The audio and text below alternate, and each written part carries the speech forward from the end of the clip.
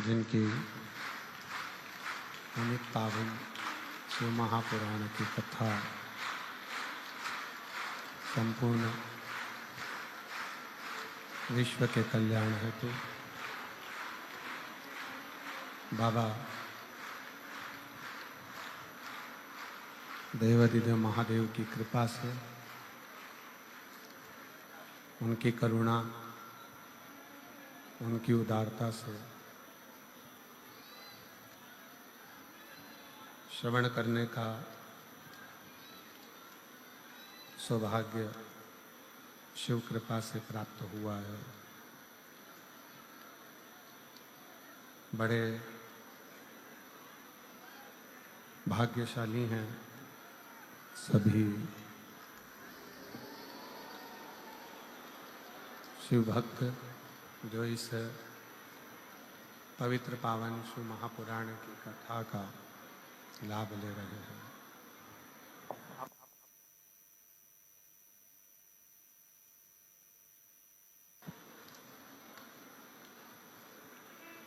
भगवान देवाधिदेव महादेव, भगवान शिव जो संपूर्ण जगत का कल्याण करने वाले हैं, संपूर्ण विश्व का कल्याण करने वाले हैं, ऐसे भगवान शिव की ये पवित्र पावन शिव महापुराण की कथा देवाधिदेव महादेव की कृपा से तारा बाबा जी की कुटिया में सिरसा हरियाणा की इस पवित्र भूमि पर आयोजित की गई है।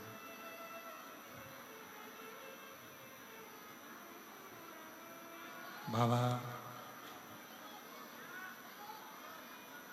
संत तारा बाबा जी की कुटिया में बैठकर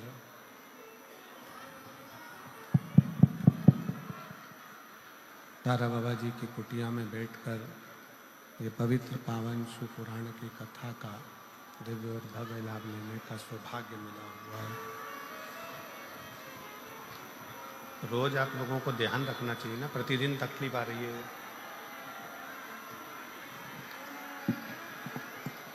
शिव कथा जो जीवन के सारे तकलीफों को, दुखों को, कष्टों को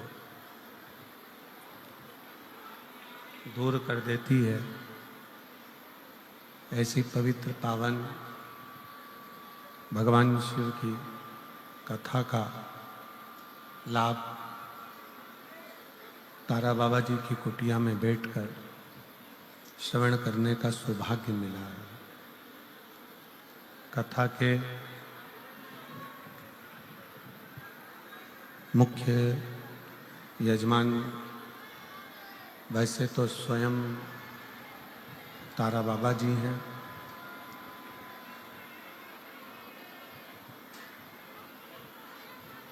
जनता चिल्ला रही है।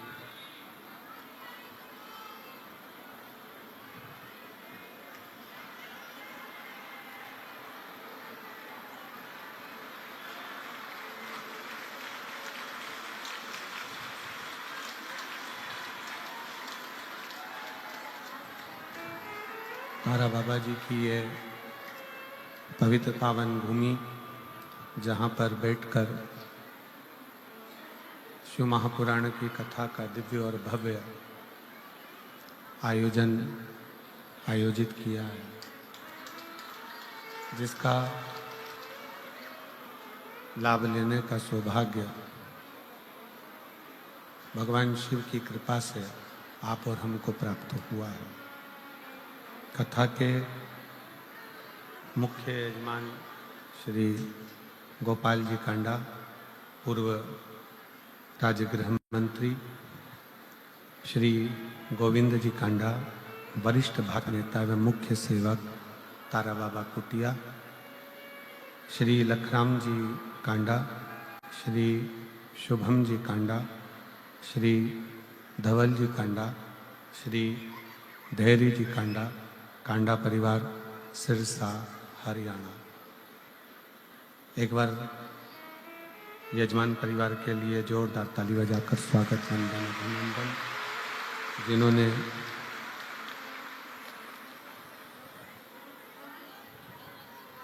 इस पवित्र पावन शिव महापुराण की कथा का लाभ आप और हमको दिया है।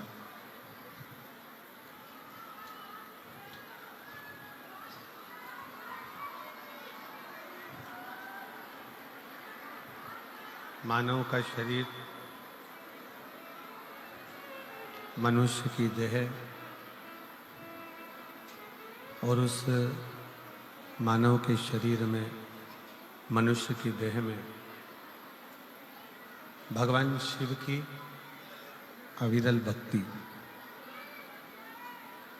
बहुत जरूरी है, क्योंकि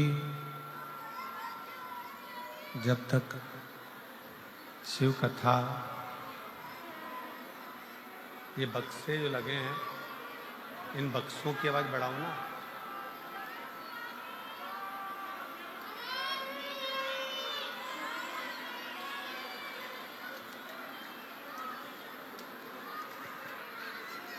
भगवान देवाधिदेव महादेव शिव, ओगड़दानी, त्रिकालदर्शी, कैलाशी, अविनाशी शंकर, जो संपूर्ण विश्व का कल्याण करने वाले हैं, संपूर्ण जगत का उद्धार करने वाले हैं। यदि मानव की देह मिले, मानव का शरीर मिले, आवाज यहाँ पर भी नहीं आ रही है बेटा, यहाँ भी आवाज नहीं है, तो इन लोगों को क्या आवाज आएगी?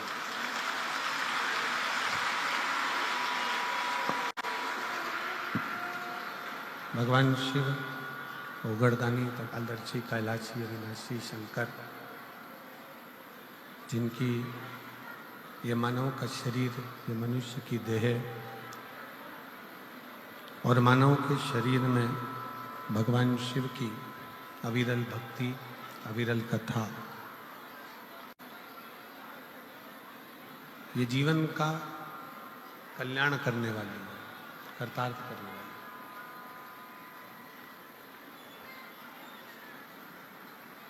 मानव के शरीर में, मनुष्य के शरीर में, प्रत्येक मानव देह में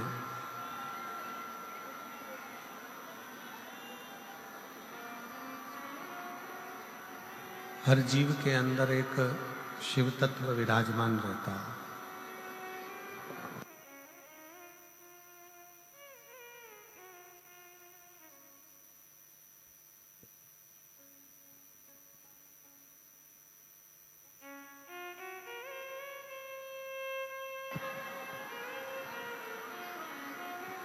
शिव तत्व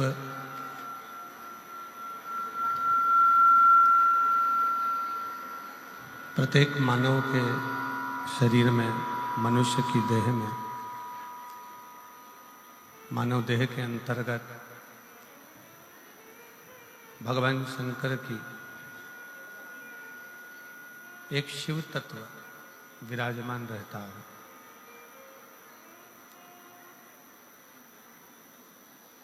और वही शिव तत्व आपके और हमारे जीवन में एक बल प्रदान करता है। आपके और हमारे जीवन में एक ऊर्जा प्रदान करता है।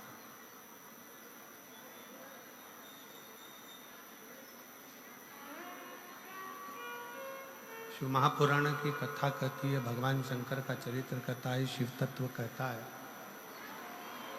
ए बेटा,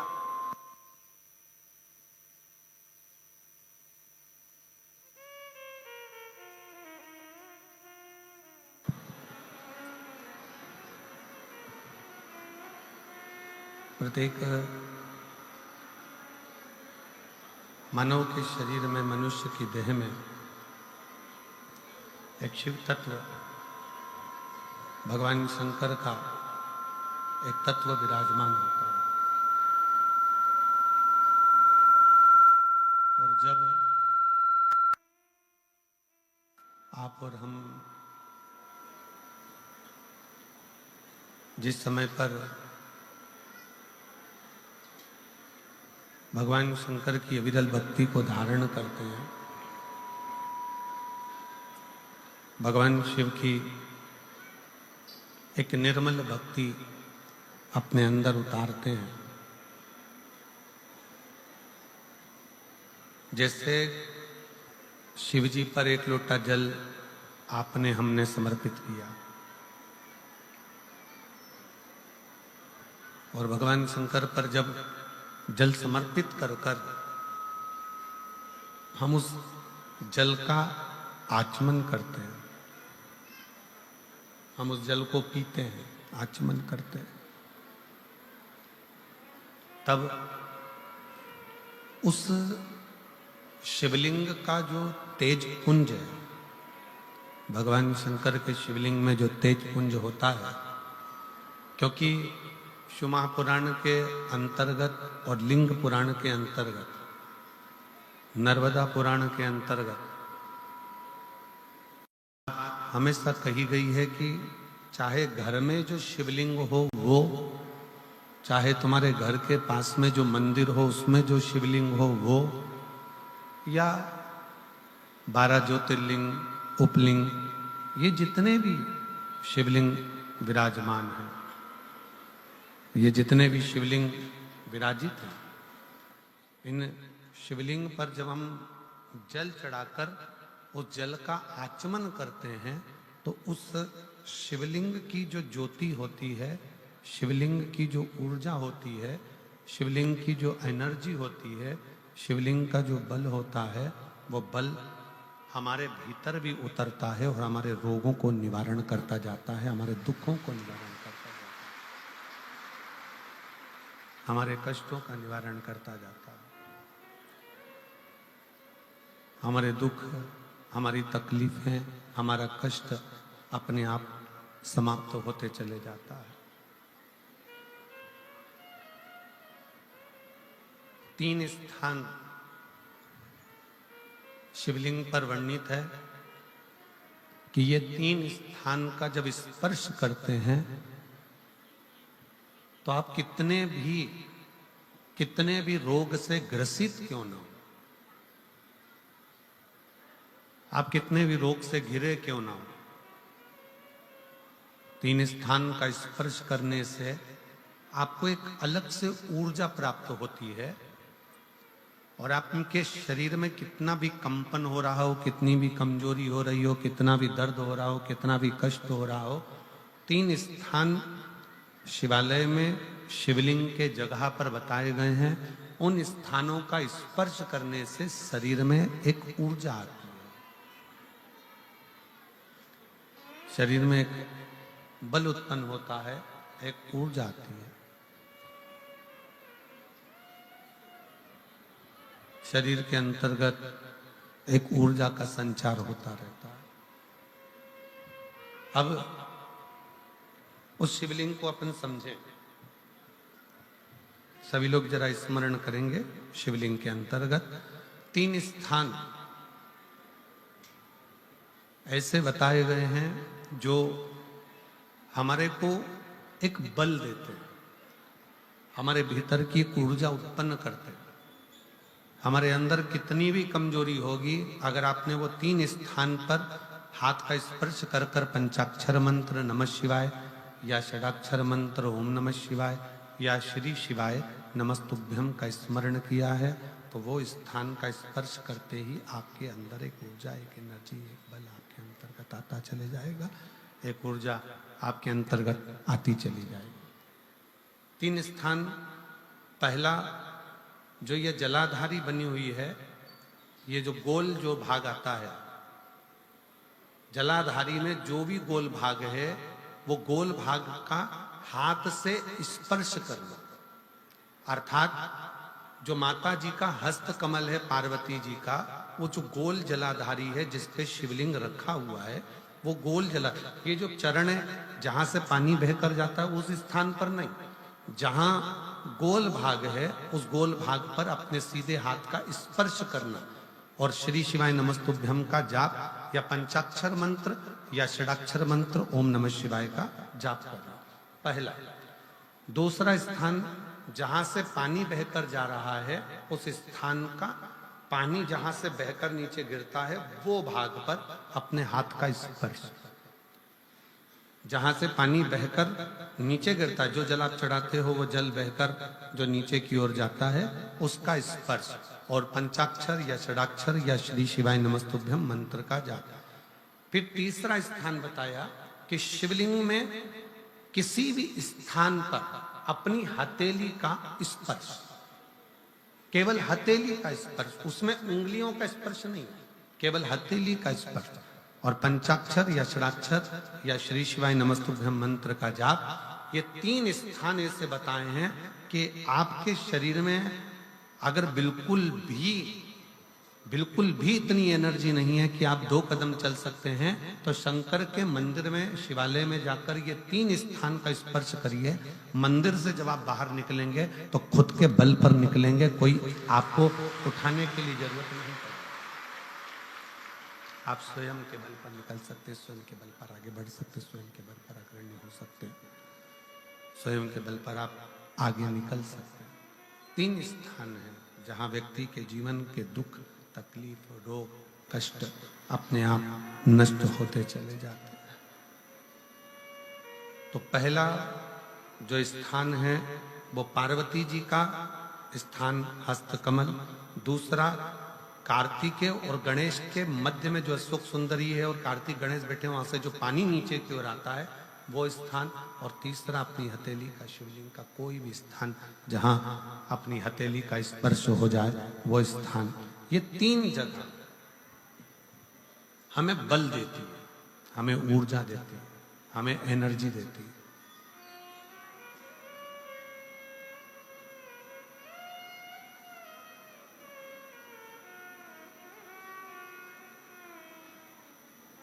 और एक निवेदन और,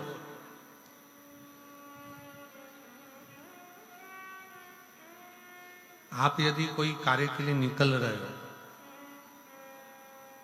कोई कार्य करने के लिए जा रहे हो और आपका मन उस कार्य में डामाडोल हो रहा है, ये होगा कि नहीं होगा, सफलता मिलेगी कि नहीं मिलेगी, मैं कोर्ट में जा रहा हूं या पैसे पर जा रहा हूं, या कोई जमीन का लफड़ा है या कोई प्रॉब्लम है, इसमें सफलता मिलेगी कि नहीं मिलेगी। जब आपके 2 मन, और ऐसा तो संसार में कोई जन्मा ही नहीं जिसके 2 मन ना हो। घर से कथा सुनने निकलते हो तो 2 मन हो जाते हैं, आज पीली साड़ी पहन के जाऊं कि नीली पहन कर जाऊं, 2 मन जब भी हो जाते हैं। भोजन करने बैठते हो तो भी 2 मन हो जाते हैं, दाल खाऊं कि गोभी की सब्जी से पहला टुकड़ा खाऊं। रोटी का पहला टुकड़ा जब तोड़ने का नंबर आता है तो सोच में आता है कि इससे खाऊं कि इससे खाऊं कि इससे खाऊं। 2 मन तो वहां पर भी है। किसी के यहाँ शादी में गए, किसी के यहाँ शादी में पहुंचे और शादी में पहुंचकर वहां बहुत सारे स्टॉल लगे हैं, खाने की बहुत सारी व्यवस्था करी गई है। फिर 2 मन हो जाते हैं कि मैं पहले चाउमीन खाऊं कि पानी पतासा खाऊं, गोलगप्पा खाऊं कि छम्मक लड्डू खाऊं, कि मैं जलेबी खाऊं कि क्या प्रसाद। मन 2 हर जगह।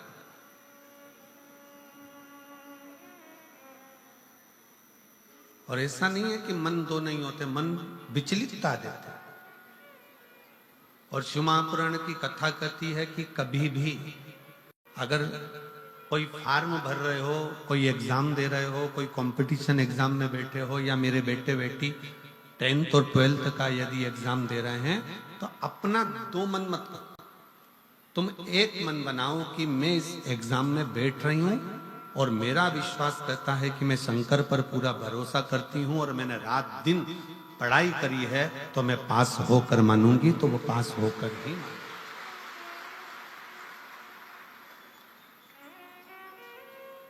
जहां मन विचलित हो जाता है, जहां मन 2 हो जाते हैं, फिर वहां थोड़ा सा भ्रम उत्पन्न हो जाता है, फिर थोड़ा सा भ्रम उत्पन्न हो सकता है।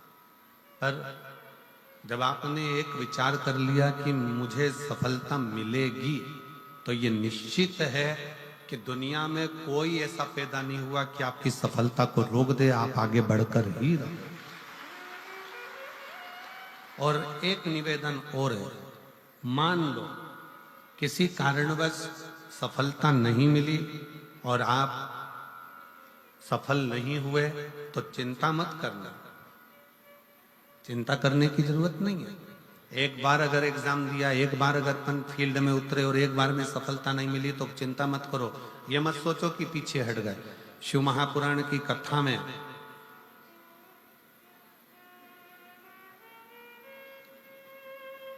वन के अंदर भगवान शंकर अर्जुन को ज्ञान उपदेश दिए थे। जिस समय पर एक सुअर, जंगली सुअर भागता जा रहा था और उस समय पर जब बाण छोड़ा गया था तब भगवान शंकर ने अर्जुन को उपदेश दिया कि अर्जुन, एक बार युद्ध के मैदान में अगर थोड़ा सा पीछे सरके हो तो टेंशन मत लेना, चिंता ना करा। एक कंपटीशन एग्जाम में आप बैठे हो, एक एग्जाम आप दे रहे हो और उस एग्जाम में सफलता नहीं मिल रही है। आपने एक बार परीक्षा दी, एक बार आपने नीट की तैयारी करी, एक बार आपने सीए की तैयारी करी, एक बार आपने अन्य तैयारियां करी और उसमें आपको सफलता नहीं मिली और आप उसमें उत्तीर्ण नहीं हुए और आपने मन दुखी कर लिया। अब मैं तो बताओ आगे ही नहीं बढ़ पाया। चिंता न करें, भगवान शंकर का ये संवाद जो उन्होंने युद्ध के पहले अर्जुन को दिया है, एक सुअर को मारते समय, एक जंगली सुअर को मारते समय भगवान शंकर ने उपदेश दिया था, अर्जुन तीर को बहुत दूर भेजना है ना तो तीर को थोड़ा सा पीछे खींचना पड़ेगा। उसी तरह यदि एक बार तुम्हें सफलता नहीं मिली, एक बार तुम उत्तीर्ण नहीं हुए तो ये मत सोचना कि तुम उत्तीर्ण नहीं हो गए। भगवान शंकर ने तुम्हें लंबी दूर फेंकना चाहते थे, इसलिए तुम्हें थोड़ा सा पीछे खींच लिया है और जमकर फेंका। शिव ने, आपने बहुत मेहनत करी, आपने बहुत परिश्रम करा, आपने दुनिया के लिए सब कुछ करा हो और मान लो उसके बाद भी आपके जीवन में अगर तकलीफ आकर खड़ी हो गई, मान लो कहीं ना कहीं दुख आकर खड़ा हो गया, मान लो आप उस एग्जाम में, उस कंपटीशन में आप आगे नहीं निकल पाए, समझ लेना कि मेरे तारा बाबा ने, मेरे तारकेश्वर महादेव ने, मेरे कुबेर भंडारी ने आपके लिए कुछ अच्छा सोच कर रखा है, इसलिए वो पीछे खींचा है। और पीछे खींचा है इसका मतलब ये मत समझना कि तुम्हें पीछे रख दिया है। उसने तो अभी तुम्हें धनुष पर चढ़ाया है और चढ़ाने के बाद मेरा शंकर जब छोड़ेगा तो फिर इतना आगे निकल जाओगे कि दुनिया तुमको देखती रह जाएगी कि तुम किस मंजिल तक पहुंचे। वो पीछे खींचता है, वो पीछे खींच रहा होता है।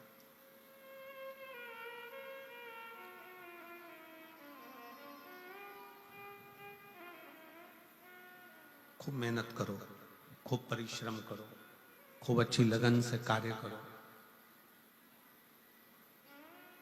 और जितनी मेहनत से कर सकते हो उतनी मेहनत से करो। जिस समय पर तुम्हारा दो मन हो रहा हो, तुम्हें लग रहा हो कि मैं निकलूंगा कि नहीं निकलूंगा, तुम्हें लग रहा है कि ये एग्जाम में क्लियर कर पाऊंगा कि नहीं कर पाऊंगा, मैं पहुंचूंगा कि नहीं पहुंचूंगा, तो यही तीन स्थान, यही तीन स्थान, तीन अक्षत को इन तीन स्थान पर ही रखा जाता है। जो तीन स्थान अभी आपको बताए हैं, एक माता पार्वती जी का गोल स्थान, हस्तकमल स्थान, दूसरा जहां से पानी बहकर नीचे की ओर जा रहा है उसी विराम स्थल पर, और तीसरा शंकर भगवान के शिवलिंग पर। ये तीन स्थान तीन अक्षत से पूर्ति कर गए।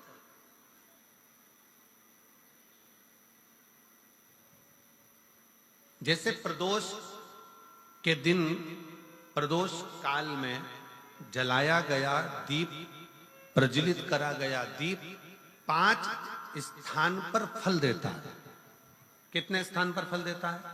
5 स्थान पर। आप में से कितने लोग हैं जो प्रदोष के दिन दीप लगाने मंदिर जाते हैं या शंकर जी के मंदिर पहुंचते हैं? बहुत बहुत प्रणाम आपको, साधुता जानना चाहिए। अपना प्रदोष के दिन प्रदोष काल में लगाया गया दीपक 5 स्थान पर फल देता है। पहला स्थान, अगर हमको या हमारे परिवार में किसी को काल सर्प दोष है तो हमारा प्रदोष का लगाया गया दीपक कहीं पूजन मत कराओ, वो दीप जलाने से ही काल सर्प दोष समाप्त होता चले जाता। दूसरा स्थान, पितृदोष। अगर किसी ने कह दिया कि तेरे घर में पितृदोष है, तेरे घर में, कई लोग बता देते हैं कि तुम्हारे घर में, कई माताएं पूछती हैं मेरे घर में बेटा नहीं, मेरे घर में 3 बेटी हो गई, 4 बेटी हो गई, 5 बेटी हो गई, बेटा नहीं है, बेटा नहीं है, तो किसी ने कह दिया पितृदोष है।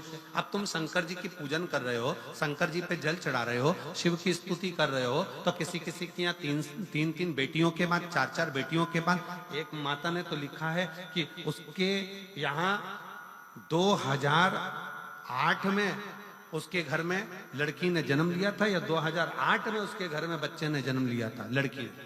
उसके बाद फिर लड़की ने जन्म लिया और उसके बाद उसके घर में कोई पुत्र का योग नहीं बना। तब उसने प्रदोष के समय पर शाम को दिया लगाना प्रारंभ करा और 2008 में बच्ची जन्मी थी और अब 2024 में उसके घर में लड़के ने जन्म लिया।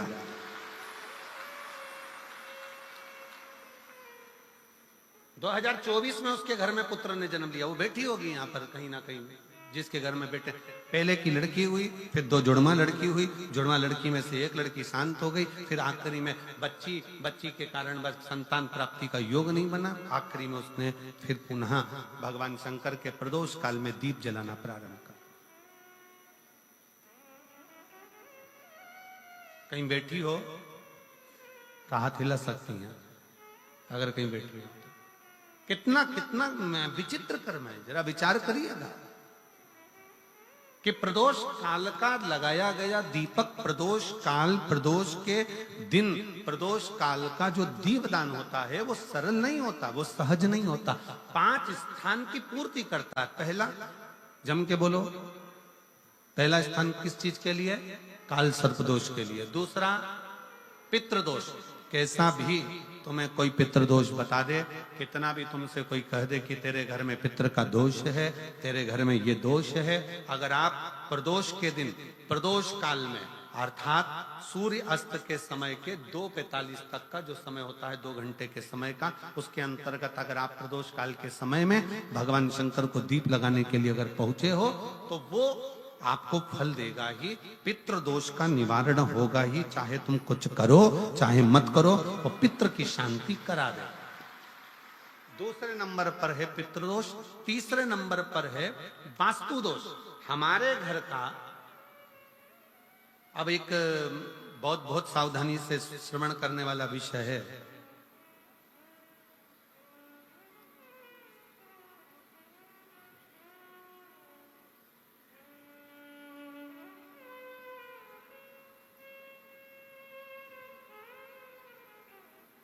यदि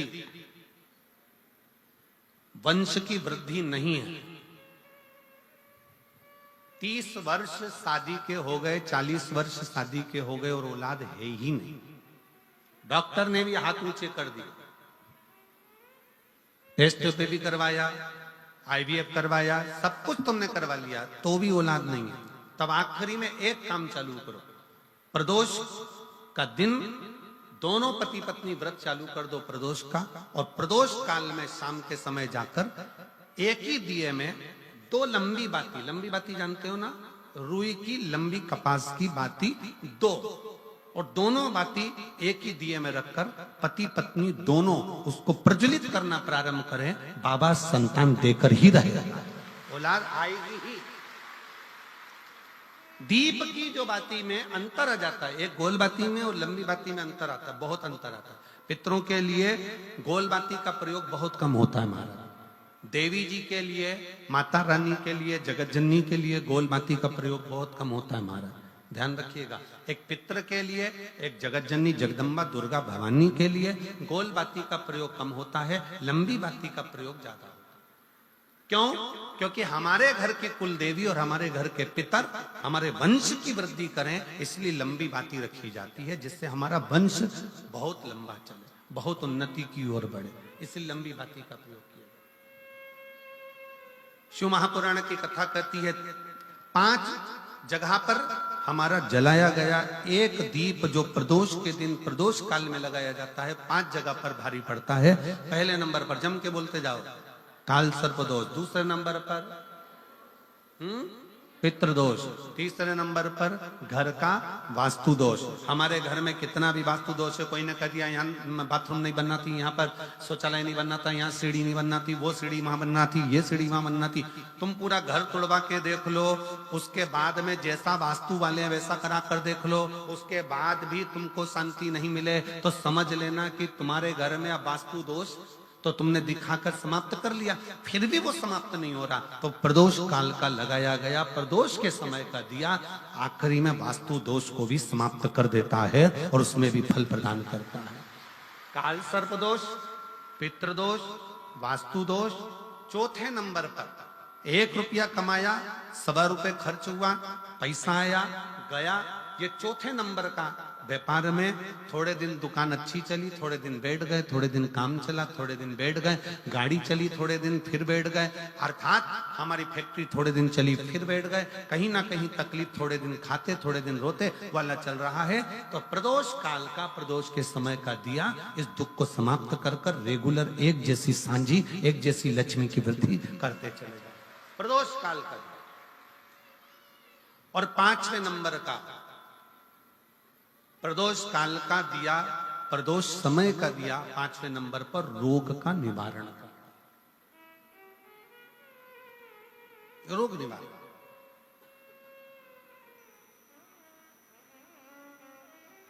ये 5 स्थान जो बताए गए हैं प्रदोष काल के दिन, प्रदोष के दिन दीप प्रज्वलन के। और अब की बार की जो शिवरात्रि आ रही है, बाबा देवाधिदेव महादेव की बड़ी कृपा है उस पर, बहुत करुणा।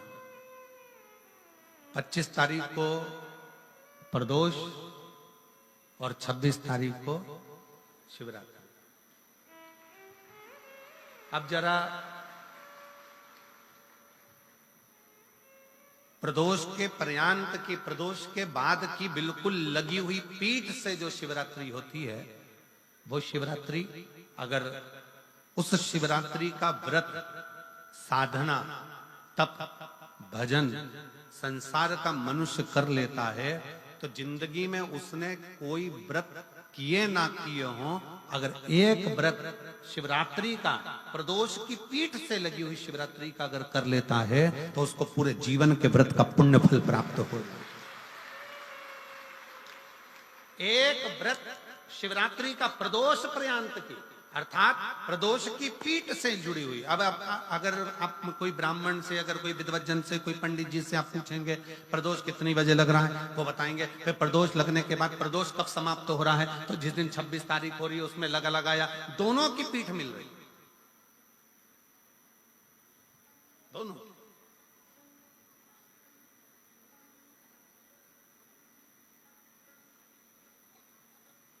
करो व्रत।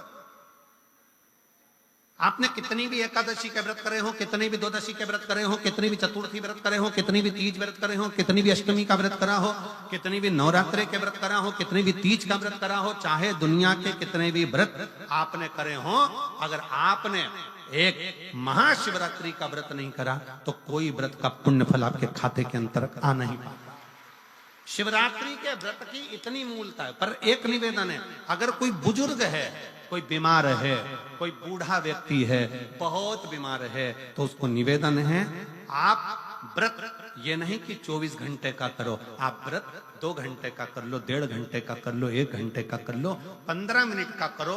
पर निवेदन है कि जो बीमार व्यक्ति है वो आधे घंटे, 1 घंटा, 2 घंटा, 6 घंटा, 15 मिनट पर शंकर की शिवरात्रि का व्रत ये विचार कर करना, बहू बेटा नाते रिश्ते सबको कह देना। कोई बीमार व्यक्ति है ना, वो भी कह दे कि देख बेटा मेरा व्रत है, तो घर के लोग कहेंगे पापा आपकी तबीयत खराब, मम्मी आपकी तबीयत खराब, दादी आपकी तबीयत खराब, आप व्रत कैसे कर रही हो, बच्चे की व्रत, बच्चा कैसे व्रत कर रहा है, तो कह देना मेरा 2 घंटे का व्रत है, 2 घंटे मैं बाबा का नाम लेकर, जल चढ़ाकर, जल का आचमन कर कर मेरे बाबा की भक्ति कर लो 2 घंटे की, मेरा व्रत पूर्ण हो जाएगा। मैं व्रत कर रहा हूं,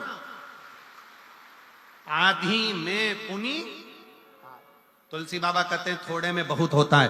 आपके व्रत अगर कोई बीमार है उसके लिए, अगर कोई कष्ट है शरीर में उसके लिए ऐसा व्रत है, बाकी के सभी के लिए तो वही व्रत शिवरात्रि का पूर्ण व्रत है जिसमें भगवान शंकर की विरल भक्ति को हम प्राप्त करें।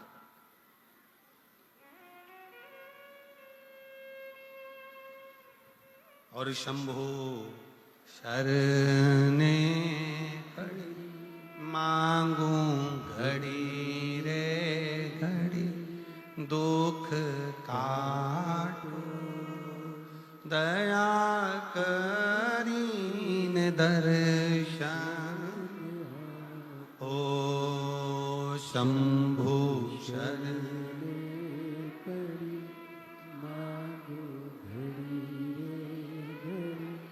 दुख काटो दया करीन दर्शन। भगवान शंकर की अविरल भक्ति को धारण करिए, शिव तत्व को धारण करिए, शिव उपासना को धारण करिए।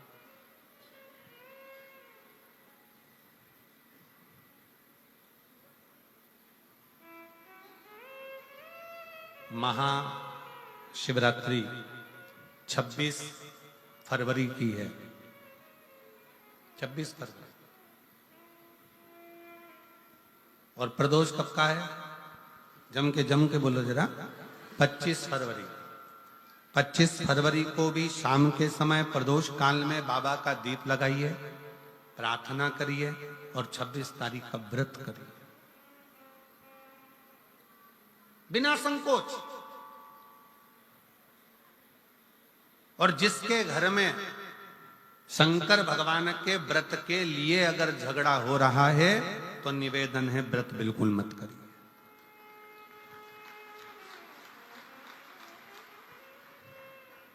पति पत्नी का झगड़ा हो रहा है, पति कह रहा है क्या शंकर शंकर लग रहा है, अपने को शिवरात्रि के दिन शंकर जी का अपमान नहीं सुनना। इसलिए राजी हो तो व्रत करो, राजी नहीं है पति, परिवार के लोग राजी नहीं है, चिड़चिड़ कर रहे हैं तुम्हारे व्रत करने से, तो आपके चक्कर में शंकर भगवान की निंदा तुम्हारे कान में जाए, ऐसा व्रत किसी का, ऐसे व्रत की कोई मूलता नहीं। आपके घर के लोग राजी हो, माता पिता राजी हो, सास ससुर राजी हो, पति राजी हो, पत्नी राजी हो, परिवार के लोग राजी हो, बेटा बेटी सब, बच्चों का मन है मम्मी मुझे व्रत करना है, हाँ बेटा कर, एक ही तो व्रत करना है शिवरात्रि का, करो। घर के बुजुर्ग ने कह दिया मुझे व्रत करना, बिल्कुल करो, आज का मौका मिला है आपको करने का, महाशिवरात्रि का व्रत करिए। पर घर के अंदर अगर तुम्हारे व्रत करने से झगड़ा हो रहा है, काय को व्रत कर लिया, क्या होता है शंकर जी का व्रत करने से, क्या होगा शंकर जी का तप करने से, जबरदस्ती वो सीहोर वाले महाराज के चक्कर में पड़ी हो, क्या होगा शिवरात्रि व्रत से, क्या होगा शंकर जी को जल चढ़ाने से, तो उससे अच्छा है अपने घर में बैठो, श्री शिवाय नमस्तुभ्यं, श्री शिवाय नमस्तुभ्यं, श्री शिवाय नमस्तुभ्यं, श्री शिवाय नमस्तुभ्यं, श्री शिवाय नमस्तुभ्यं, श्री शिवाय नमस्तुभ्यं। घर में बैठकर भगवान शंकर का गुणगान करो, भगवान शंकर का नाम जाप करो, भगवान शंकर की भक्ति करो, उससे बढ़कर कोई सुख नहीं, उससे बढ़कर कोई आनंद। पर निंदा ना सुनते हुए, कुछ गलत विचार ना लाते हुए, गलत सोच ना लाते हुए, गलत दृष्टि ना रखते हुए, गलत भाव ना रखते हुए भगवान शंकर की विरत भक्ति को अपने भीतर उतारने का प्रयास करें, शिव को अपने अंदर उतारने का प्रयास करें। शिव भक्ति, शिव महापुराण की कथा कर रहे हैं। 3 स्थान का स्पर्श रोग का निवारण कर देता है। 3 जगह पर चढ़ाया गया अक्षत हमारे मन को एकाग्रित कर कर और हमें अपनी मंजिल तक पहुंचा देता है। और प्रदोष और शिवरात्रि के मिलन का महोत्सव हमारे जीवन को आनंदता देता है, आनंद।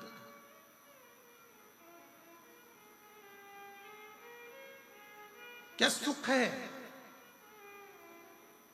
आपके यहां तो सिरसा वालों को तो बड़ी बड़ी बधाइयां हम दें कि सिरसा की पवित्र भूमि पर तारकेश्वर महादेव विराजमान है। कम से कम एक लोटा चढ़ाने के लिए, जल के लिए आप हृदय से पहुंच तो जाते हो। यहाँ तारकेश्वर महादेव विराजमान है। तारकेश्वर महादेव बेटे, आवाज सेट नहीं है, गला पकड़ रहा है, सेट करिए उसको। तारकेश्वर महादेव जी यहाँ विराजमान है। भगवान शंकर स्वयं विराजित है। शिव शिव शंकर शंकर।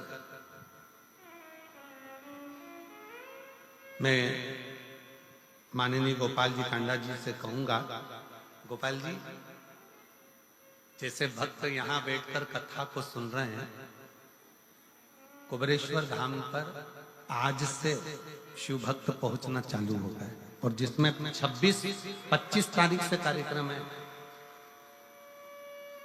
25 तारीख से रुद्राक्ष महोत्सव, 25 फरवरी से चालू होगा। पर लोगों का विश्वास ऐसा होता है, जैसे इस पवित्र प्रांगण में आप लोग बैठे हो। कल हम देख रहे थे कि गोविंद जी उधर जहां राम जी की मूर्ति है, राम बगीची जहां बनी है, कल हम देख रहे थे कि 9 पंडाल, 6 पंडाल तो पहले लग चुके हैं। ये सारे पंडाल अगर पूरे तारा बाबा की कुटिया में गिने जाएं तो 6 पंडाल तारा बाबा की कुटिया में कथा से भर चुके हैं, और 3 पंडाल कल और बनाएगा। ऐसे मिला के 9 पंडाल तारा बाबा की कुटिया में लगा। कल गोविंद जी मां खड़े होकर पंडाल बनवा रहे थे, आगे रहकर सब दुर्वो बिछात करवा रहे थे बैठने के लिए, बिछात करवा।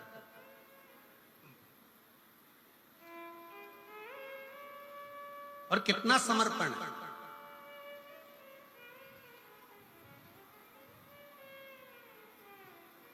गोपाल जी, हम इतनी कथाएं करते हैं, साल भर कथाओं का क्रम रहता है।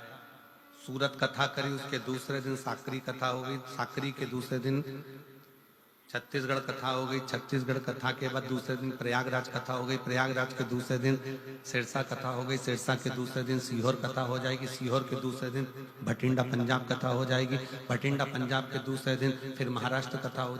कथा रोज चलती। पर तारा बाबा की कुटिया में जो व्यवस्थाएं देखने को मिलती है कि जिनके पास में अगर ओढ़ने का कम्बल भी नहीं होता है ना, तो रात्रि के समय पर उनको देखकर उनके तन पर कम्बल भी उड़ा दिया जाता है कि इसको आप आराम से सो। इसको शिव भक्ति कहते हैं। ये दिखावे से परे है, दिखावे से परे।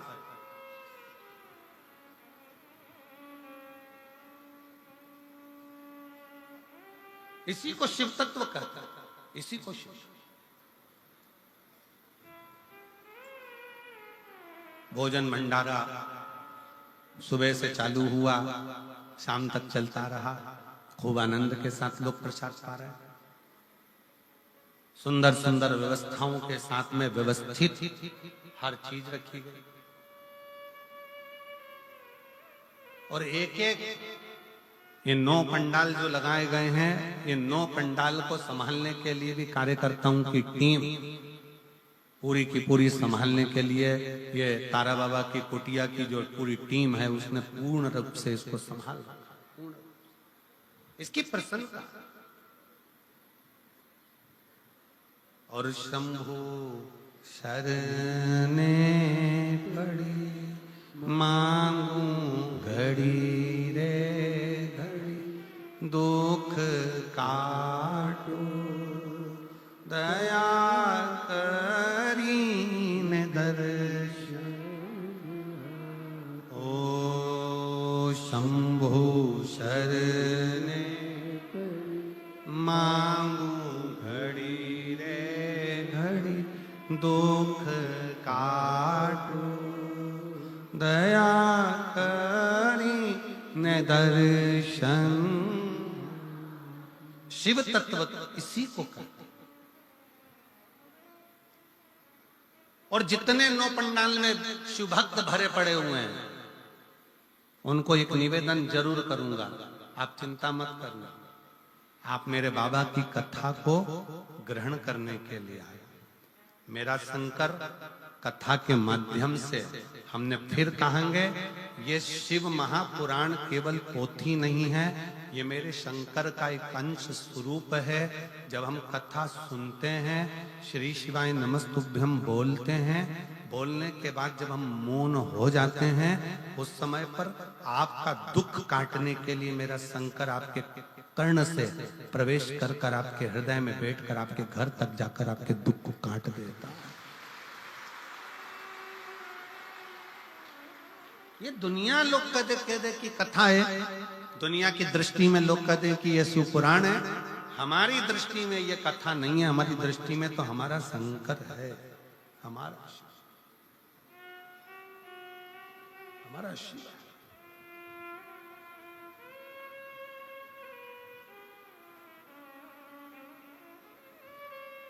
शिव शिव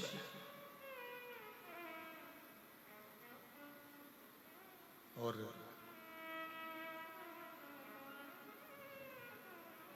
जो दिल से मांग लिया, जिसने दिल से कह दिया, जिसने दिल से पुकार लिया, शिव आ गए। ब्रह्मा ब्रह्मलोक में रहते हैं, भगवान विष्णु बैकुंठ में रहते हैं। उनको आने में देरी हो सकती है, पर मेरा शंकर इसी पृथ्वी पर रहता है, इसी भूमंडल में रहता है, इसी ब्रह्मांड में, इसी पृथ्वी पर मृत्यु लोक का देव अधिदेव महा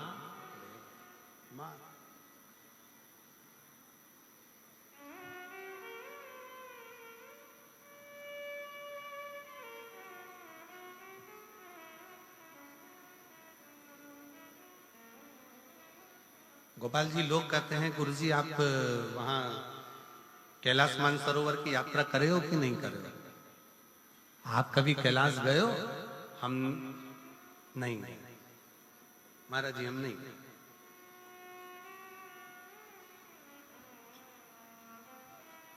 हम नहीं। कहा आप इतने बड़े शंकर जी का गुणगान करते हो और आप कैलाश नहीं गए? हमने कहा वो कैलाश वाला खुद शिव महापुराण की कथा में रोज आता है और रोज भक्तों का दुख काट कर जाता है, प्रतिदिन आता है। लोग कहते हैं कि शिव महापुराण सुनने के लिए केवल शिव भक्त आते हैं, पर हमारा विश्वास कहता है कथा के पंडाल में जिस स्थान पर शिव पुराण की कथा होती है, उस स्थान पर, उस पुराण की साक्षी में, शिव महापुराण में 7 दिन लगातार रोज प्रतिदिन मेरा शंकर स्वयं शिव पुराण में लिखा। शिव महापुराण के उमाखंड में भगवान शंकर कहते हैं, और जिस समय पर शिव महापुराण की विद्येश्वर संहिता में वर्णन किया, तुमरुका जी कथा कहते हैं, ईश्वर जी और गोरा जी, शंकर जी और पार्वती जी यजमान बनते हैं। यजमान बनने पर जब कथा विराम होती है, विराम के समय पर तुमरुका जी से शंकर भगवान कहते हैं कि आपने कथा बाची है तो आपकी दक्षिणा क्या है? आपने कथा बाची है तो आपकी दक्षिणा क्या है? तब उस समय पर तुमरुका जी कहते हैं भगवान शंकर जी से, ईश्वर जी, गोरा जी से, हमको अगर दक्षिणा देना है मेरे विश्वनाथ, तो दक्षिणा ऐसी दीजिए कि जिस स्थान पर शिव महापुराण की कथा हो, आप कैलाश और काशी छोड़कर उस स्थान पर 7 दिन विश्राम कीजिए। ये ईश्वर जी और गोरा जी ने भगवान तुमरुका जी को वचन दिया है, तुमरुकेश्वर को वचन दिया है, तुमरुका जी को वचन दिया कि जहां शिव महापुराण की कथा होगी उस स्थान पर मैं विराजमान रहूंगा।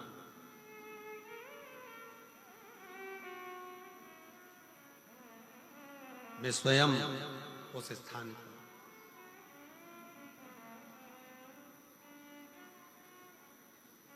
और कितनी विचित्र शिव महापुराण की कथा का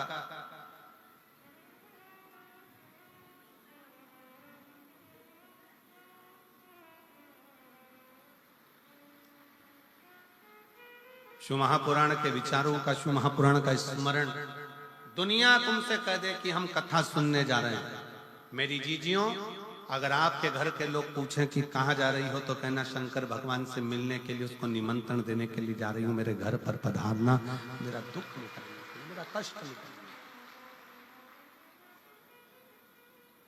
एक पत्र है, देखिए।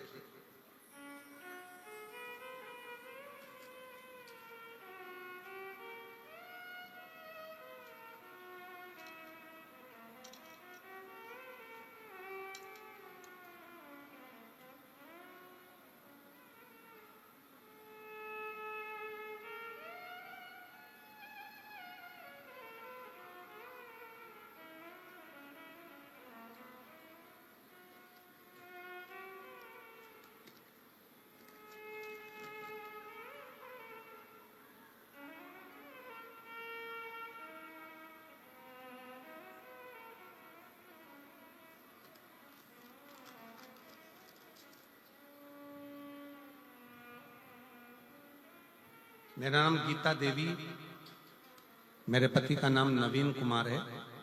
मेरा गांव गंगवा, जिला हिसार की रहने वाली हूं। आप ही हैं? आ जाइए, बेलपत्र लेकर जाइए, आ जाओ।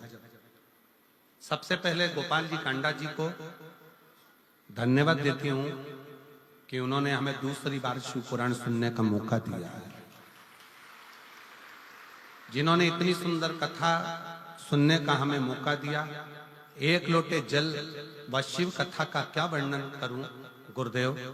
2018 से सरकारी नौकरी की तैयारी कर रही थी, पर बाबा ने मुझे आज 2024 में सरकारी नौकरी दी है। गुरुदेव, मैंने जितनी जगह पर अभी ज्योतिषों को दिखाया, सबने कहा था कि तुम्हारी किस्मत में सरकारी नौकरी नहीं है। मैंने आस छोड़ दी थी। तब एक बार मैं अपने माई के गांव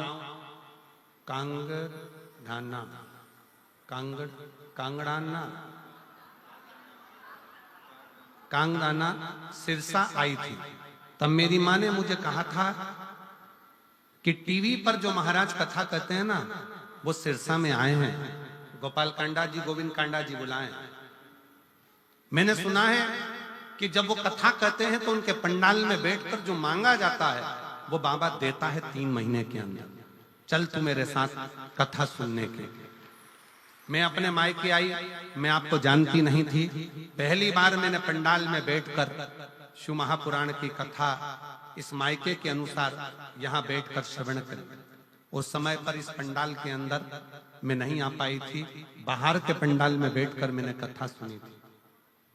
वहीं बैठकर श्री शिवाय नमस्तुभ्यम कहते हुए बाबा से निवेदन करा, और बाबा की ऐसी कृपा हुई कि 3 महीना भी पूरा नहीं हुआ और बाबा ने मेरा पुलिस में भर्ती करवाया और मेरी नौकरी लग गई। फोटो भी लगा रही हूं। बाबा की कृपा ऐसी हुई कि 3 महीना भी नहीं हुआ और बाबा ने मुझे पुलिस में नौकरी में लगा दिया। गुरुदेव, 6 साल से तैयारी कर रही थी नौकरी की, पर मुझे क्या मालूम था कि पंडाल में बैठकर कथा सुनने में 3 महीने के अंदर मुझे नौकरी मिल गई। मैं बाबा को यहाँ प्रणाम करती हूँ। शिव तत्व किसको कहता है? एक पत्र और बड़ा सुंदर है, देखिएगा। मेरा नाम केलो देवी है और मेरे पति का नाम राजकुमार है। मेरा मोबाइल नंबर ये है। आप ही हैं? आ जाओ, आ जाइए। मेरा गांव कर सिंधु जिंद हरियाणा के निवासी हूं। आपके चरणों को प्रणाम करती हूँ, नमन करती हूँ। एक लोटे जल का मैं क्या वर्णन करूं। मेरी पहली बार कथा सिरसा हरियाणा में यहीं पर 2 दिन की कथा सुनी थी। 2 दिन की कथा सुनी और इसी पंडाल में बैठकर मैंने बाबा से विनय करी थी। 2 वचन मांगे थे बाबा से। बाबा, पहला, मेरा लड़का ठीक से बोल नहीं पाता, उसके शब्द नहीं निकल पाते, और दूसरा, मेरा लड़का जेईई की तैयारी कर रहा है और कई साल हो गए पर उसका सिलेक्शन नहीं हो रहा। बस ये 2 वर मांगकर 2 दिन की कथा सुनकर इसी पंडाल से चली गई। गुरुदेव, हमको नहीं मालूम था कि बाबा पंडाल में बैठकर मांगने वाले को इतना जल्दी दे देता है। बाबा बाबा है गुरुदेव।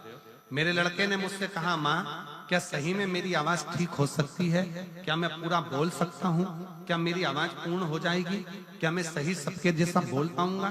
तब मैंने अपने लड़के को कावड़ भरने के लिए सीहोर भेज दिया। कावड़ भर कर आया सीहोर की, और वहां से आने के बाद रुद्राक्ष लेकर आया। रुद्राक्ष लाने के बाद मेरे बेटे की आवाज 90% आवाज पूरी ठीक हो गई। जैसे ही कावड़ भरकर आया और रुद्राक्ष लेकर आया, 90% आवाज ठीक हो गई। और बाबा की ऐसी कृपा हुई कि मेरे बेटे का जो दूसरा वर मांगा था जेई में सिलेक्शन, आज मेरे बेटे का 99.14 के प्रतिशत से मेरे बेटे का जेई माइंस में रिजल्ट आ गया है। और मेरा बेटा आज सरकारी कॉलेज में पढ़ रहा है। मैं बाबा को धन्यवाद देने के लिए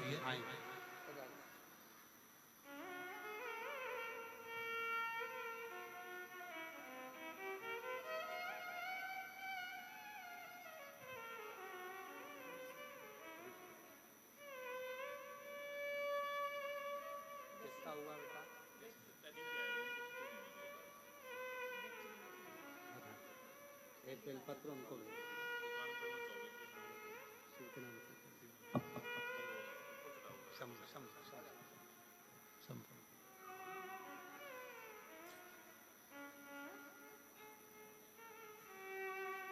शिव तत्व शंकर की कथा, शिव महापुराण, शंकर की उदारता, शिव नाम, इसी का सार दुनिया के लोगों को लगता है शिव तत्व में है क्या, शिव पुराण में है क्या, शंकर के गुणगान में है क्या।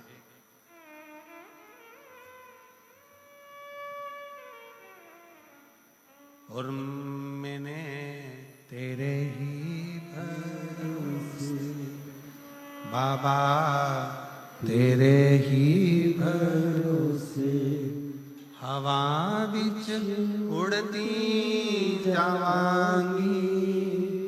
बाबा डोर हथो छठी ना मैं कटी जावांगी। बोले मैं तेरी पतंग, शंभो मैं हवा बिच उड़ती जावांगी। बाबा डोर हथ दो छड़ी ना मैं कटी जावांगी। बोले मैं तेरी शंभो मैं तेरी। दुनिया कहे कि ये केवल पुराण है, दुनिया कहे कि ये केवल शिव कथा है, दुनिया कहे कि ये केवल शिव महापुराण है, तो आप माने ना, ये केवल पुराण नहीं है, ये शंकर का एक प्रतिबिंब स्वरूप है, शिव का एक प्रतिबिंब स्वरूप। शंकर भगवान का एक स्वरूप है।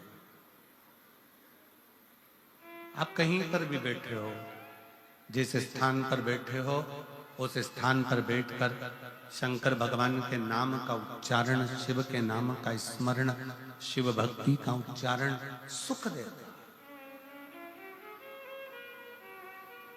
सुख प्रदान करता है। एक प्रसंग बड़ा सुंदर आता है।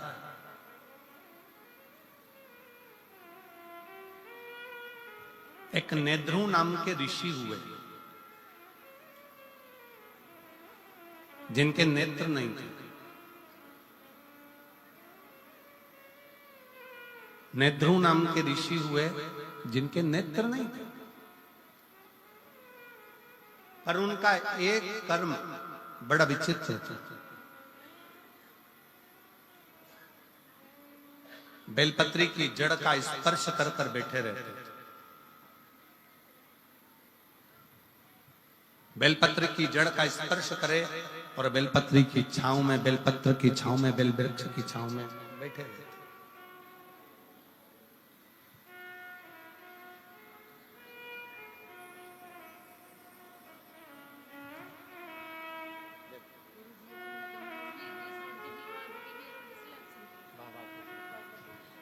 दीदी बोल रही हैं, हमने उम्मीद छोड़ दी थी कि बेटे की आवाज की भी और सिलेक्शन की भी, और बाबा ने आवाज भी दी और सिलेक्शन भी दिया।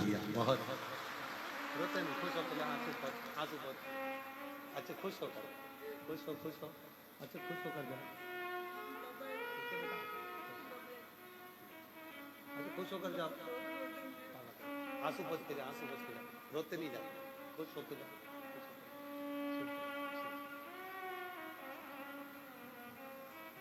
दीदी कह रही है मेरे बेटे की आवाज की भी उम्मीद छोड़ दी थी कि आवाज सही आएगी, और एग्जाम में क्लियर होने की भी सोच छोड़ दी थी कि वो हो पाए, पर उसने जो लाइन लिखी है, उसने इस लाइन में लिखा है,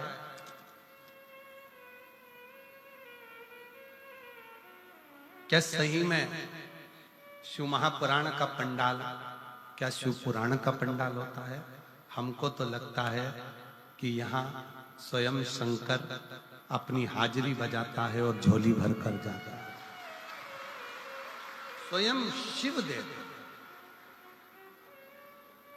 एक लाइन अच्छी लिखी है, आप और हम गुनगुना लेते हैं कि लुटा दिया भंडार काशी वाले ने, कर दिया माला माल काशी वाले ने, जो जैसी मावना लाया वो वैसा ही फल पाया, जो जैसी भावना लाया वो वैसा ही फल पाया, नहीं खाली उसे लौटाया वो मन ही मन हर्षाया, नहीं खाली उसे लौटाया वो मन ही मन हर्षाया, और कर दिया माला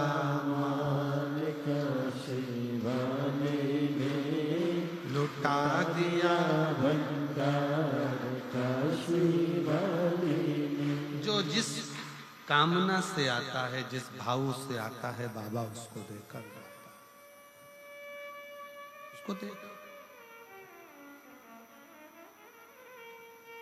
और कांडा जी धन्यवाद, गोविंद जी आपको भी, गोपाल जी आपको भी, कि भक्तों की सुविधा के लिए आपने केवल एक दरवाजा नहीं, भक्तों की सुविधा के लिए तारा बाबा की कुटिया के सारे दरवाजे आप आने के लिए खोल देते हो उसके साथ।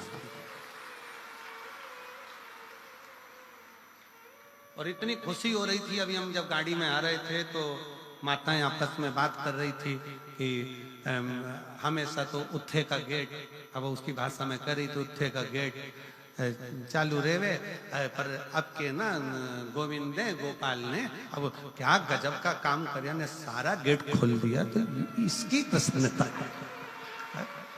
एक तो तुम्हारी भाषा हमको भी बोलने में थोड़ी अटपटी हो जाए, तो ये शिव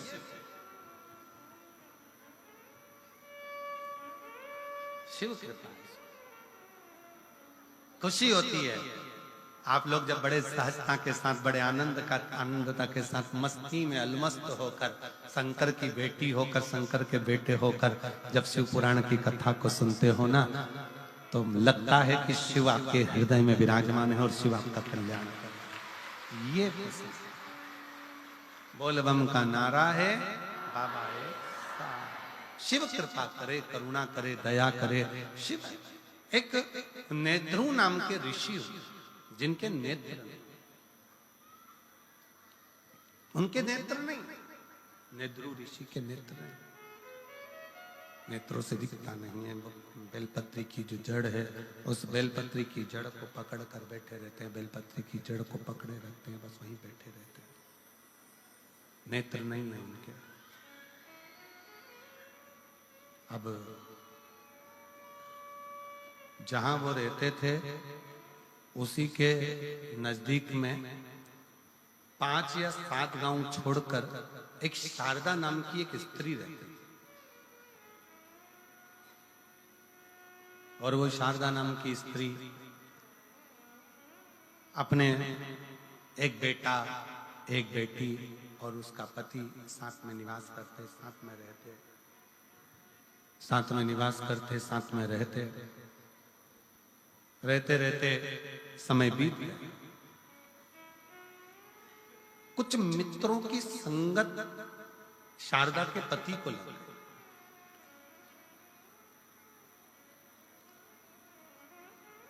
कुछ मित्रों की संगत, और हमने पहले भी कथा में कहा, एक ताली, दूसरा थाली, तीसरा प्याली, ये व्यक्ति को बहुत जल्दी बर्बाद कर देती है। पहले नंबर पर ताली, प्रशंसा करने वाले अगर तुम्हारी प्रशंसा कर कर तुम्हें गलत काम में लगा रहे हैं तो तुम्हें बर्बादी की ओर लेकर जा।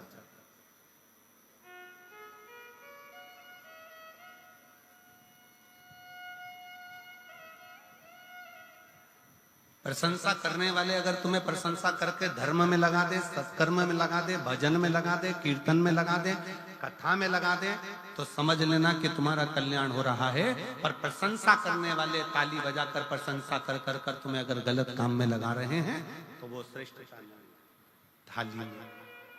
पहले नंबर पर ताली, दूसरे नंबर पर थाली। जिसको घर का भोजन अच्छा ना लग रहा हो और होटल का भोजन अच्छा लग रहा हो, समझ लेना कि धीरे धीरे तुम्हारा बर्बादी का सिरा चालू हो चुका है। घर के भोजन में जो सुख है वो बाहर के भोजन में सुख उत्पन्न नहीं हो सकता। जो घर के भोजन में आनंद है, घर के भोजन में जो सुख है, घर के भोजन में जो आनंद है, वो बाहर के भोजन में प्राप्त नहीं हो सकता।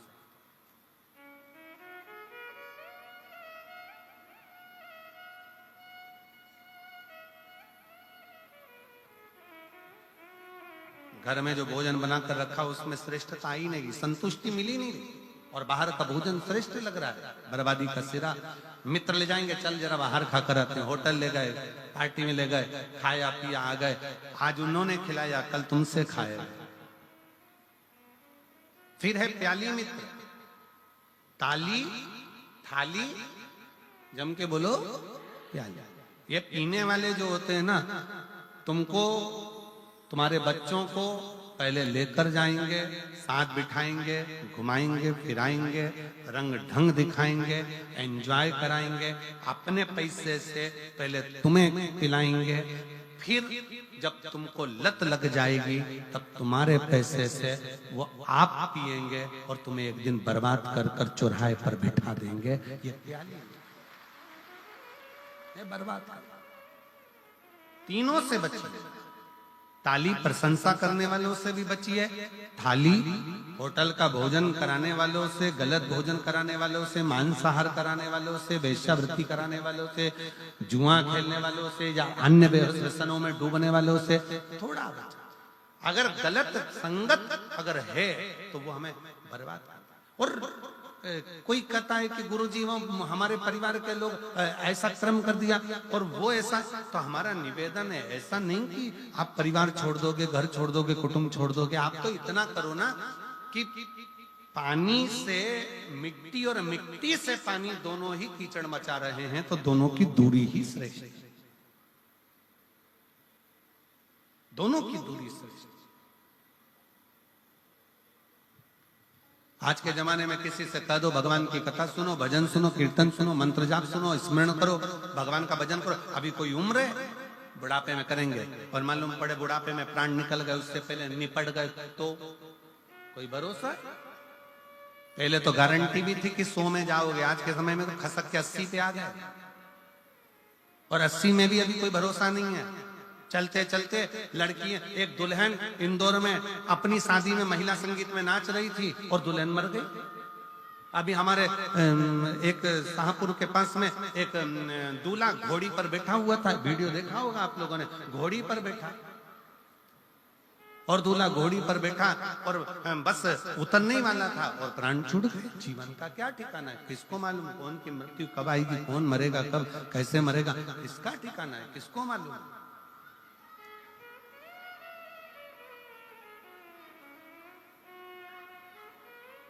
आवाज नहीं आ रही भाई, पीछे आवाज खोलिए। जीवन का क्या ठिकाना है, जीवन का क्या भरोसा है। इसलिए बहुत सावधानी से जीवन को जियो, भगवत भजन कर कर, स्मरण कर कर, कीर्तन कर कर, मंत्र जाप कर कर, नाम जाप कर कर, नाम स्मरण कर कर अपने जीवन को सार्थक बनाओ।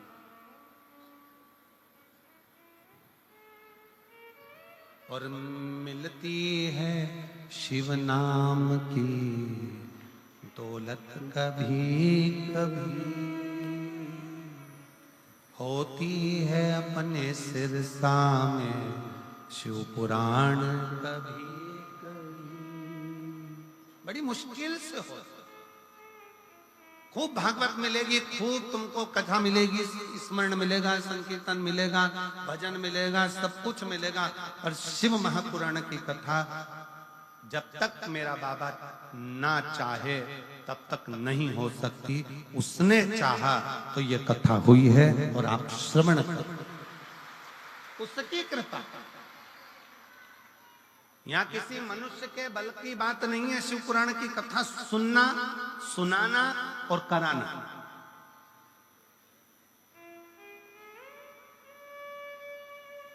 हमारी सामर्थ्यता नहीं है कि हम शिव पुराण की कथा बाच दें। गोविंद जी गोपाल जी के बस की बात नहीं कि शिव पुराण की कथा करवा लें, और आपके बस की बात नहीं है कि आप कथा सुन लो। कथा कराने वाला भी तारा बाबा है, कथा बाचने वाला भी तारा बाबा है, और कथा सुनने वाला भी तारा बाबा है। वो करा रहा है, कर रहे हो, सुन रहे हो, वो उसकी सामर्थ्यता है, अपनी नहीं है कुछ।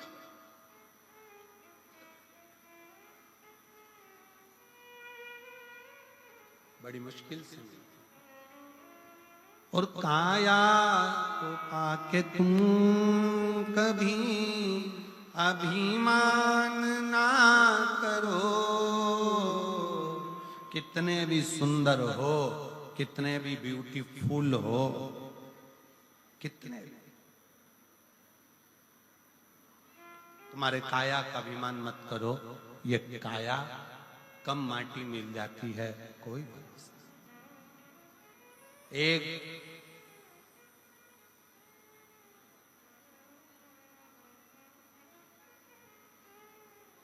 बीमा कराने की भी एक उम्र होती है।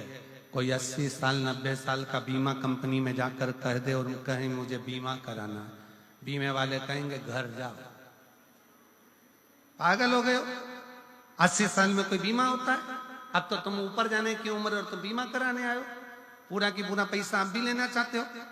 बीमा कराने के लिए भी उम्र देखी जाती है, 18 साल, 20 साल, 25 साल, 30 साल, 35 साल, 40 साल, 50 साल।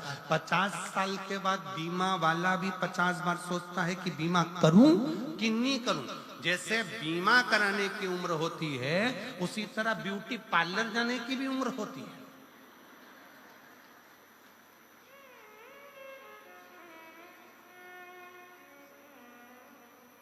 कोई 85 साल की, हाथ थर थर कांपे, मुंडे से पूरा सोफा सेट निकल गया, खिड़कियां खराब हो गई, गेट दोनों बेकार, मशीन से काम चल रहा, पूरा चेहरे पर सल पड़ा, हाथ पूरे कमजोर, कपड़े ऐसे लग रहे जैसे हैंगर पे टांग दिए, और पूरा शरीर बेकार। और फिर उसको घर की बहुएं ब्यूटी पार्लर में ले जाके बिठा दी, और फिर पार्लर वाली ने कहा मुंह ऊपर करो। अब ऊपर भी करे तो अब गर्दन भी कब तक, जवानी अवस्था हो तो ठहरी रहे, बुढ़ापे में फिर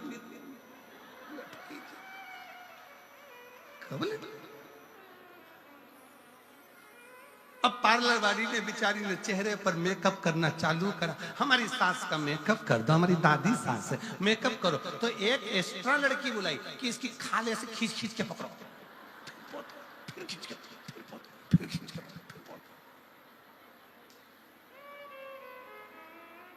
अब पूरा मेकअप निकल गया।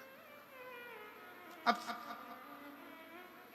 चेहरे का तो मेकअप कर दोगी, फिर इतने में पार्लर वाली ने पूछा सोफा सेट तो है ही नहीं,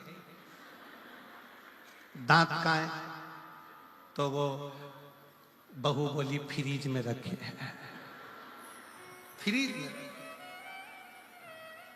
फिर डिब्बी मंगवाई फ्रीज में से के लेके आओ, थोड़ा सा चेहरा ठीक हो जाएगा, दांत लगाए, फिट करे। अब इतने में 95-80 साल की डोकरी बोली बूढ़ी अम्मा, लेंस लगा दो आंख में।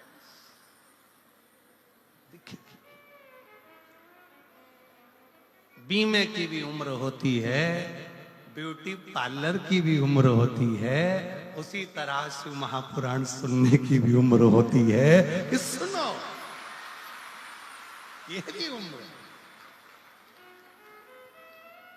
शरीर साथ देगा नहीं, और कथा में जाकर बैठ भी जाओगे तो मन लगेगा नहीं, तो क्या मतलब कि काया को पाके तुम कभी अभिमान ना करो, काया को पाके तुम कभी अभिमान ना करो, माटी में मिल जाती है ये काया कभी कभी, मिलती है शिव नाम की भक्ति कभी कभी, होती है अपने सिरसा में शिव पुराण कभी कभी। बड़ी मुश्किल से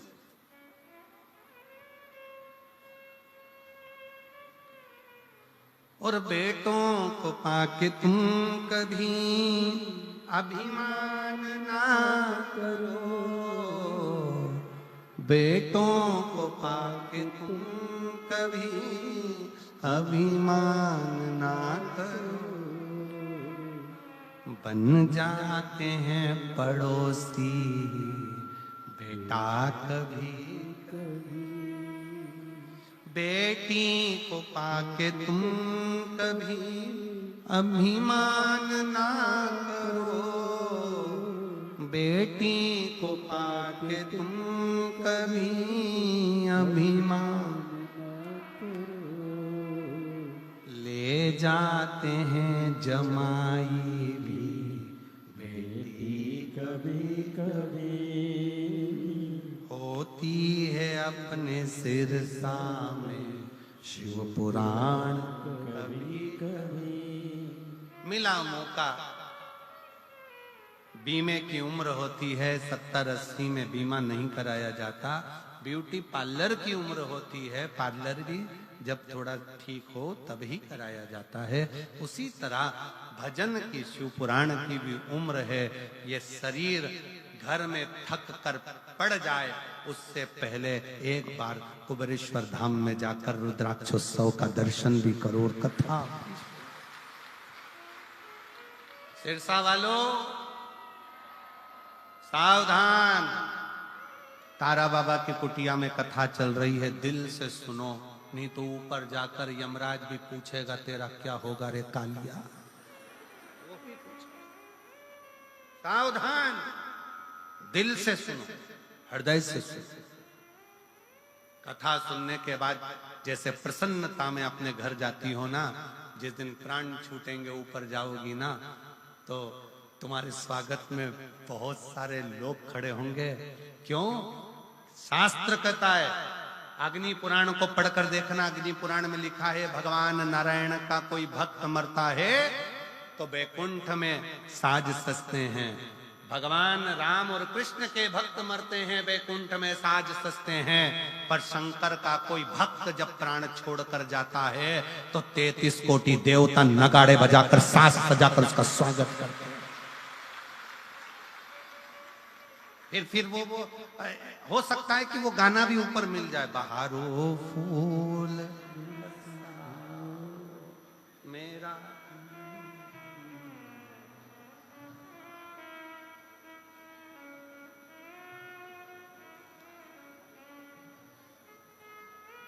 चांदनी रागनी गाओ,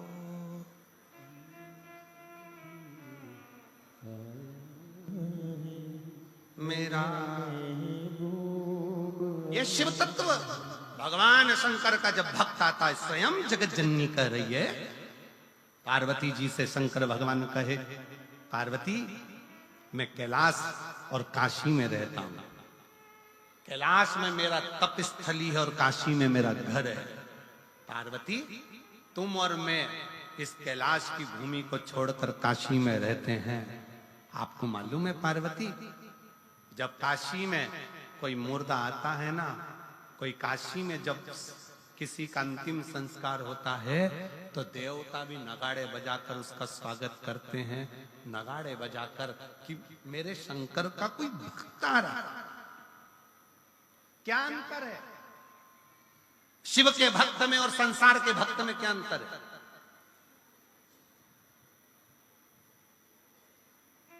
कोई भक्त मरता है, वो मरने के बाद कहां जाता है? जम के बोलो, नरक की बैकुंठ? जम के बोलो जरा, बैकुंठ। और बैकुंठ में कब तक रखा जाता है उस भक्त को? जब तक उसका पुण्य चल रहा है। पुण्य चल रहा है, उसने जो पुण्य करा होता है तब तक बैकुंठ में रहने देते हैं। आपको होटल के 5 स्टार 7 स्टार होटल के रूम में कब तक रखेंगे? जब तक तुम्हारी जेब में 1000 की गड्डी पड़ी है, 500 का नोट की गड्डी पड़ी है, तब तक तुम्हें होटल के रूम में रखा जाएगा। और वेटर भी कहेंगे जी सर, सामान आदि ये वो सब। तुम्हारे जेब में 1000 की गड्डी, 500 की गड्डी जो तुम्हारे जेब में पड़ी है, 500 के नोट जो तुम्हारी जेब में पड़े हैं, उसके कारण बस तुमको उसी तरह बैकुंठ में भी कब तक रखा जाएगा? जब तक तुम्हारा पुण्य तुमने जो करा है वो पूरा खर्च नहीं हो जाता। जैसे ही पुण्य समाप्त होगा, बैकुंठ से धक्का मारकर नीचे फेंक दिया जाएगा। भक्त बैकुंठ से वापस धक्का मारकर नीचे फेंक दिया जाता है, उसका पुण्य जब समाप्त हो जाता है। पर शंकर का भक्त, शंकर को 1 लोटा जल चढ़ाने वाला, शिव का नाम लेने वाला जब मरकर जाता है तो किसी की सामर्थ्यता नहीं होती कि डबल से नीचे भेज दे, वो शंकर का हो जाता है। शिव के भक्त का दूसरा जन्म नहीं होता। पार्वती जी ने शंकर भगवान को कहा था, क्या काशी में जो मरा है, काशी में जिसके प्राण छूटे हैं, वो दूसरी बार जन्म लेगा? शंकर भगवान कहे नहीं, मेरा भजन करने वाला, मेरा स्मरण करने वाला, मेरा मंत्र जाप करने वाला दूसरी बार जन्म नहीं। इसलिए सावधान, जितने भी सिरसा के रहवासी इस शिव महापुराण की कथा को सुन रहे हैं, आज कथा का कौन सा दिन है? तीसरा। कितने दिन की और बची? 4 दिन की। समापन के दिन सुबह हो जाएगी, हम अपने घर, तुम अपने घर। 4 दिन की कथा और बची है। सिरसा वालों का भाग्य है कि कथा का रस तत्व ग्रहण करके अपने जीवन को उतारना और शंकर की भक्ति में ऐसे डूब जाना कि अगली बार जब बाबा अगर कथा कराए तो तुम्हारा भी पत्र यहाँ आए कि मेरे बाबा से मैंने मांगा था इसी पंडाल। और बहारो फूल, अरे गाओ गाओ। शिव का भक्त आया है, शंकर। सितारो रागनी गाओ, भोले का भक्त आया है, भोले का भक्त आया है। कितना कितना कितना शिव है,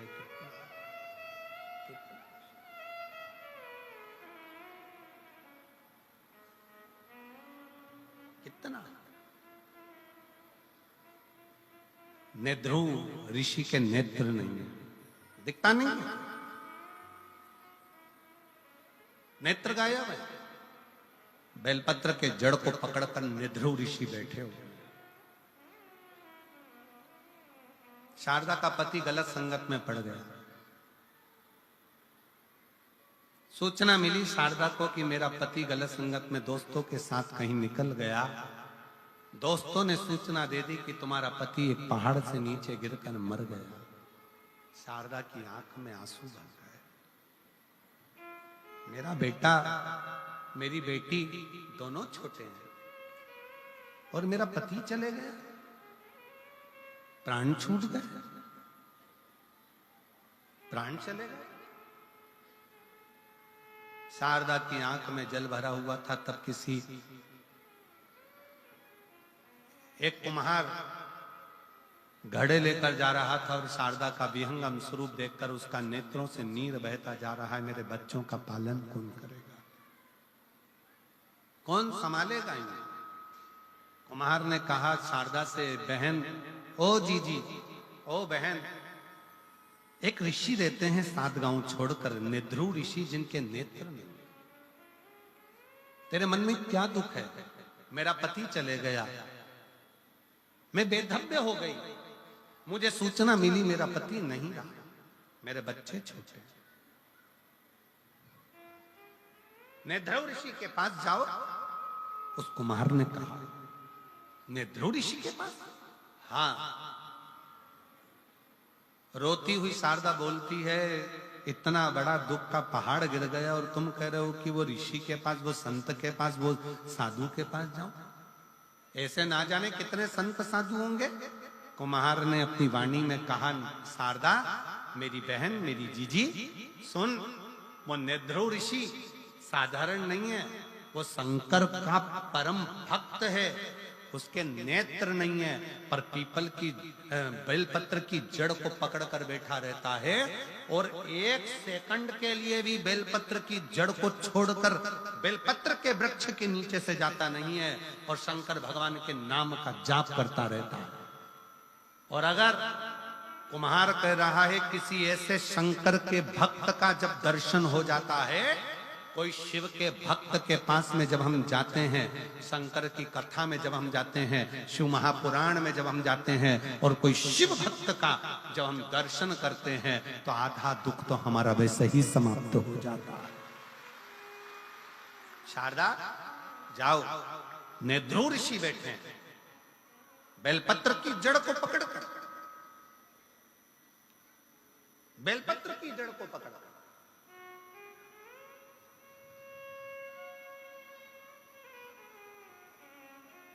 कितना सुंदर वर्णन किया है।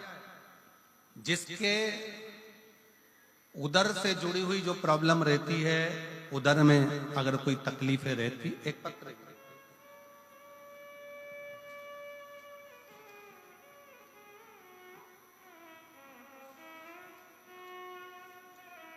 पहले समझ लें उसको।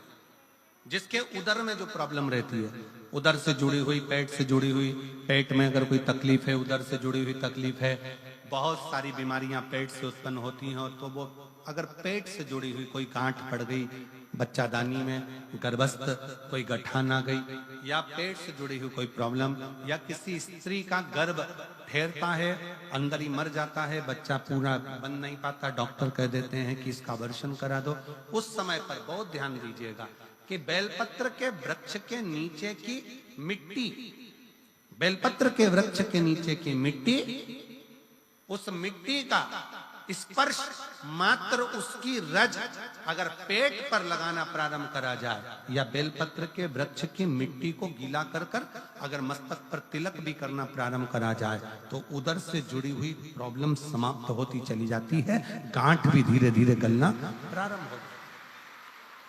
पत्र का स्मरण करेंगे। मोनिका मैया, सतबीर मैया, मोची वाली सिरसा, कहीं बैठी हो तो हाथ हिला सकते हैं। आप ही हैं, आ जाओ, एक बेलपत्र ले जाना जाइए। मोची वाली सिरसा, मेरा मोबाइल नंबर ये है। 1 लोटे जल का मैं क्या वर्णन करूं गुरुदेव, मेरे पास तो शब्द ही नहीं है। हम 2021 से शिव महापुराण की कथा रसतत्व ग्रहण कर रहे हैं। मेरे गर्भाशय में गठान हो गई थी। पिछली बार जब हम सिरसा में कथा को सुन रहे थे, तब मैंने भोले बाबा से विनती करी, मेरा गर्भाशय की गठान ठीक कर दो। गुरुदेव, जब हम कथा श्रवण कर कर गए तो मेरे बाबा ने मेरी गठान तो ठीक नहीं करी, पर मेरा मन अंदर से कचोट गया। किस सीहोर वाले गुरुजी कहते हैं कि कथा सुनो तो दुख मिटता है, पर बाबा ने तो मेरी गर्भाशय की गठान तो ठीक करी ही नहीं। मन में थोड़ा सा भाव आया। जब मन में सोच रही थी, तभी मेरे रिश्तेदार ने कहा कि वो सीहोर वाला महाराज कहता है कि हिम्मत मत हारना, वो कहता है कि आज नहीं हुआ तो कल देगा। तब हमारी वो गर्भाशय की गठान की जांच कराई तो 7.8 और 5.8 सेंटीमीटर की वो गठान थी। मन में आया, डॉक्टर ने कह दिया कि 8 दिन के अंदर ऑपरेशन कराना है। वापिस मन में आया कि एक बार फिर पुनः शिव महापुराण की कथा सुनी जाए। मैंने टीवी के सामने आसन लगाया, आसन लगा के फिर मन से कथा सुनी, और कथा सुनने के बाद शंकर जी पे एक बेलपत्र चढ़ाना, जल चढ़ाना, उसको पीना प्रारंभ करना। ऑपरेशन के लिए हम 8 दिन बाद डॉक्टर के पास पहुंचे। 8 दिन बाद जब ऑपरेशन के लिए पहुंचे, डॉक्टर ने पहले सोनोग्राफी करी। सोनोग्राफी करी तो डॉक्टर 18/9/2024 को कहता है कि आपकी गठान जो 7.8 की थी वो 1.7 पर आ गई है, 1.7 पर आ गई है। इसलिए आप ऑपरेशन मत कराओ, पर यह बताओ कि तुमने कौन सी दवाई खाई। हमने उसको कहा कि हमने बेलपत्री और शिव चढ़ा हुआ जल पिया है। डॉक्टर खुद आश्चर्य में भर गया, अब ये क्या हो गया। सिरसा में आपकी दूसरी कथा हो रही है, जिसको सुनने के लिए मैं पंडाल में बैठी हूं। मैंने बाबा से प्रार्थना करी, जब आपने माइक पे बोला कि सिरसा में कथा है, मैं बाबा से रोज प्रार्थना करती थी, बाबा मेरा ऑपरेशन मत होने देना, कुछ भी हो, मैं सिरसा की जो कथा होगी ना बाबा पूरी सुनूंगी, बस एक कृपा कर दे, मेरे गर्भाशय की गठान समाप्त कर दे।